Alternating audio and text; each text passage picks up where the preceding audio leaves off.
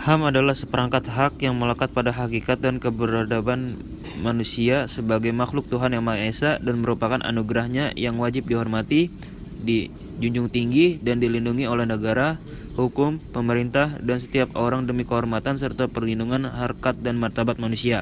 HAM internasional adalah hukum mengenai perlindungan terhadap hak-hak individu atau kelompok yang dilindungi secara internasional dari pelanggaran yang terutama dilakukan oleh pemerintah atau aparatnya, termasuk di dalamnya upaya penggalakan hak-hak tersebut. Dalam hukum internasional, negara dianggap sebagai subjek hukum utama. 1. Adapun hukum internasional diartikan sebagai himpunan dari peraturan-peraturan dan ketentuan-ketentuan yang mengikat serta mengatur hubungan antara negara-negara dan subjek-subjek hukum lainnya dalam kehidupan masyarakat internasional. 2. Hukum internasional mengatur hak-hak dan kewajiban-kewajiban para subjek hukum internasional. Subjek hukum internasional adalah pemegang atau pendukung hak dan kewajiban menurut hukum internasional, dan setiap pemegang atau pendukung hak dan kewajiban menurut hukum internasional adalah subjek hukum internasional. Hukum internasional menghormati peranan penting dari wilayah negara seperti yang tercermin dalam prinsip penghormatan terhadap integritas dan kedaulatan suatu wilayah negara yang dimuat dalam berbagai produk hukum internasional. Pengakuan kedaulatan dan integritas wilayah suatu negara ini antara lain ditunjukkan dengan adanya larangan untuk melakukan intervensi terhadap masalah internal suatu negara. Ada 3 dasar hukum internasional yang umumnya diakui oleh para penulis, yakni rasa keadilan, hukum kodrat, dan positivisme. 1. Rasa keadilan. Hukum internasional sebagai bagian dari norma hukum yang pada umumnya memiliki dasar yang sama dengan hukum lainnya. Menurut Wirjono 1967, rasa keadilan adalah dasar segala hukum. Artinya, hukum internasional harus berdasar pada rasa keadilan yang hidup dan terpelihara dalam berbagai bangsa di dunia. 2. Hukum kodrat. Sudah lama, bahkan pertama kali hukum internasional mendasar pada hukum kodrat atau natural law. Kelompok penulis hukum internasional yang mendasar pada hukum kodrat disebut kaum naturalis. Kelompok naturalis berpendapat bahwa kaidah dan prinsip hukum dalam semua sistem hukum tidak dapat dibuat oleh manusia, melainkan berasal dari kaidah dan prinsip yang telah berlaku sepanjang masa dan bersifat universal. 3.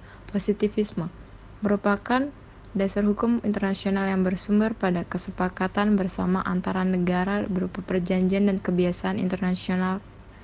Kelompok positivisme beranggapan bahwa peraturan dan hubungan antar negara adalah kaidah atau prinsip yang dibuat bersama sesuai kepentingan atau kemauan negara-negara tersebut.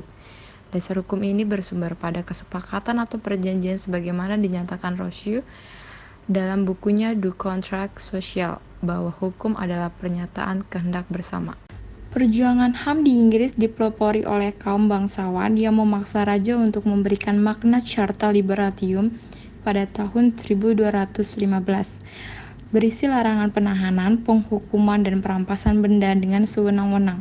Habeas corpus pada tahun 1679 berisikan ketentuan bahwa orang yang ditahan harus dihadapkan dalam waktu 3 hari kepada seorang hakim dan diberitahu atas tuduhan apa ia ditahan.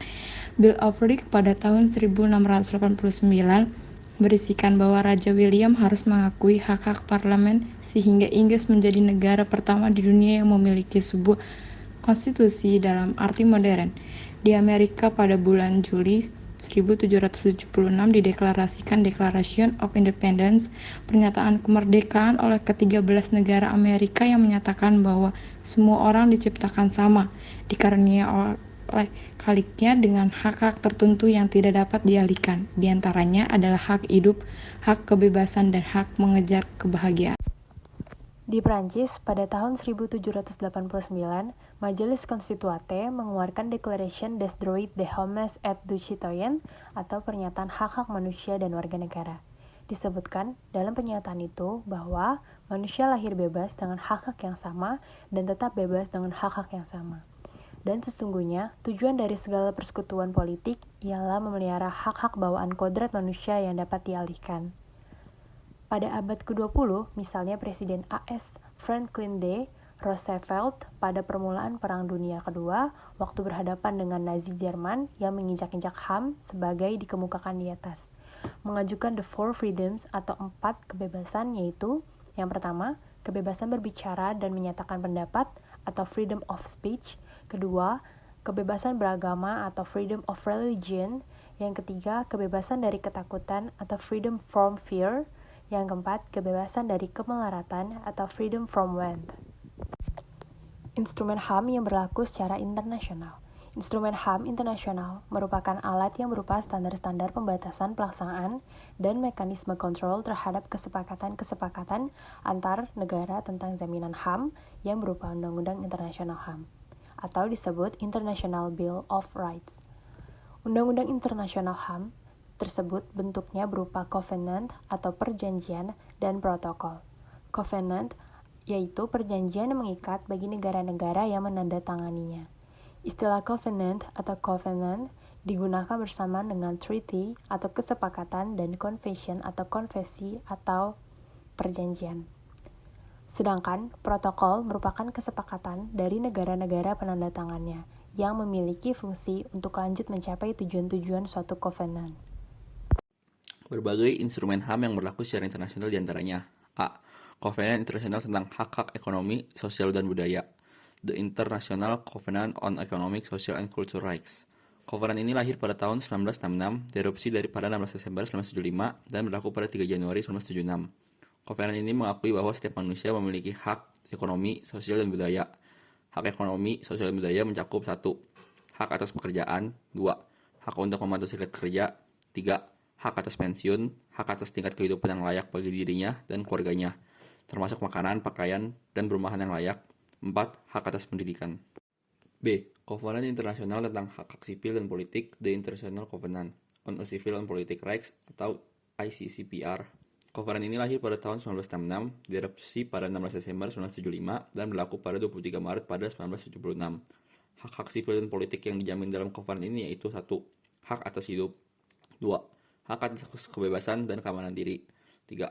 Hak atas keamanan di muka badan peradilan. 4. Hak atas kebebasan berpikir, mempunyai keyakinan beragama. 5. Hak berpendapat tanpa mengalami gangguan. 6. Hak atas kebebasan berkumpul secara damai. Dan 7. Hak untuk berserikat. C. Protokol opsional pada Konvenan Internasional Hak-Hak Sipil dan Politik. Protokol opsional ini diadopsi pada 16 Desember 1975 dan berlaku pada 23 Maret 1976. Protokol opsional atau pilihan berisikan pemberian tugas pada Komisi Hak Asasi Manusia untuk menerima dan mempertimbangkan pengaduan dari individu-individu warga dalam wilayah kekuasaan negara peserta konvenan yang menjadi peserta protokol, yang mengaku telah menjadi korban pelanggaran terhadap salah satu hak yang dikemukakan dalam konvenan hak-hak sipil dan politik. Pengaduan itu dapat diajukan secara tertulis kepada Komisi Hak Asasi Manusia.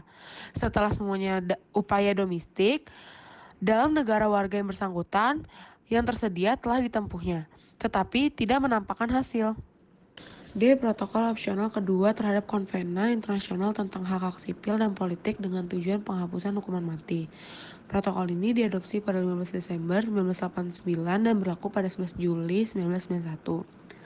Yang E. Konvensi Internasional Penghapusan Semua Bentuk Diskriminasi Terhadap Perempuan atau Convention on the Elimination of All Forms of Discrimination Against Women atau singkatannya CEDAW.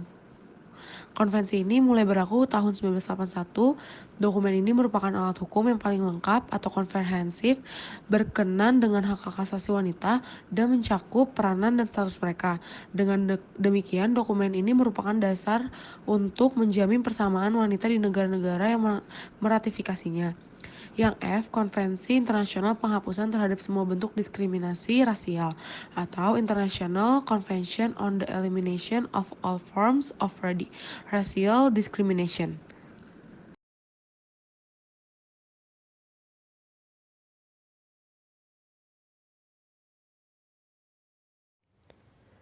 Berbagai instrumen HAM yang berlaku secara internasional, di antaranya Konvensi Hak-Hak Anak. Konvensi ini disepakati Majelis Umum PBB dalam sidangnya yang ke-44 pada Desember tahun 1989. Menurut konvensi ini, pengertian anak yaitu setiap orang yang masih berumur di bawah 18 tahun, kecuali jika berdasarkan hukum yang berlaku bagi anak menentukan batas umur yang lebih rendah dari 18 tahun. Konvensi ini dicetuskan karena ternyata di berbagai belahan dunia, Meskipun telah dideklarasikan DUHAM yang juga melindungi harkat anak-anak sebagai manusia, ternyata belum dilaksanakan dengan baik. Banyak anak yang dipekerjakan di bawah umur, dikirim ke medan perang, diperkosa, dan lain-lain. Perlakuan anak sebagai manusia sepenuhnya masih diabaikan. Misalnya, anak-anak tidak pernah didengar suara dan pandangan mereka ketika menetapkan suatu kebijakan publik maupun kebijakan yang menyangkut anak itu sendiri. Padahal mereka akan terkena akibat atau akan merasakan dari setiap kebijakan publik yang diambil. Lembaga Perlindungan HAM Internasional dan peranannya. Lembaga-lembaga perlindungan HAM internasional diantaranya yang pertama, Dewan Ekonomi dan Sosial. Dewan PBB ini terutama memperhatikan masalah-masalah populasi, perkembangan ekonomi, HAM, dan kriminal. Badan ini dalam kaitannya dengan HAM memiliki peran menerima dan menerbitkan laporan HAM dalam berbagai situasi. Yang kedua, Komisi Penghapusan Diskriminasi Terhadap Perempuan. Komisi ini berperan untuk memantau pelaksanaan HAM dan menerima pengaduan individu mengenai pelanggaran HAM sebagaimana yang dijamin dalam Kovenan Internasional Penghapusan Semua Bentuk Diskriminasi Terhadap Perempuan. Komisi Hak-Hak Asasi Manusia atau Commission on Human Rights. Komisi Hak Asasi Manusia yang penyebutan secara lengkapnya Komisi Hak-Hak Manusia PBB atau The United Nations Commission on Human Rights merupakan sebuah badan atau lembaga yang dibuat ECOSOC untuk membidangi HAM yang merupakan salah satu dari sejumlah badan HAM internasional yang pertama dan terpenting. Peran Komisi Hak Asasi Manusia adalah memantau pelaksanaan dan menerima dan mempertimbangkan pemberitahuan dari setiap individu yang mengadu telah menjadi korban pelanggaran terhadap salah satu hak yang dikemukakan dalam Kovenan Hak-Hak Sipil dan Politik. Pengaduan tidak akan diterima dari warga negara yang negaranya tidak ikut serta menandatangani protokol fakultatif atau opsional pada Kovenan Internasional tentang hak-hak sipil dan politik atau belum meratifikasinya. Komisi Diskriminasi Rasial. Komisi ini berperan untuk memantau pelaksanaan HAM dan menerima pengaduan individu mengenai pelanggaran HAM sebagaimana yang dijamin dalam Konvensi Internasional terhadap semua bentuk diskriminasi rasial. Komisi Hak-Hak Anak. Komisi ini berperan untuk memantau pelaksanaan HAM, menerima pengaduan individu mengenai pelanggaran HAM sebagaimana yang dijamin dalam Konvensi Hak-Hak Anak. Samping lembaga-lembaga perlindungan HAM untuk PBB, terdapat juga lembaga perlindungan HAM yang didirikan oleh masyarakat internasional di luar pemerintah dalam bentuk LSM atau lembaga sudah masyarakat atau disebut juga sebagai organisasi non pemerintah atau ORNOP atau juga disebut sebagai non-governmental organization. Beberapa di antaranya adalah organisasi besar di pasar internasional yaitu Amnesty International dan juga Parlemen Internasional. ORNOP ini berperan penting untuk memonitor cara kerja badan HAM internasional seperti Komisi Hak Asasi Manusia atau Commission on Human Rights juga berperan penting dalam mempengaruhi kebijakan PBB di bidang HAM dan banyak di antaranya memiliki konsultan resmi di PBB.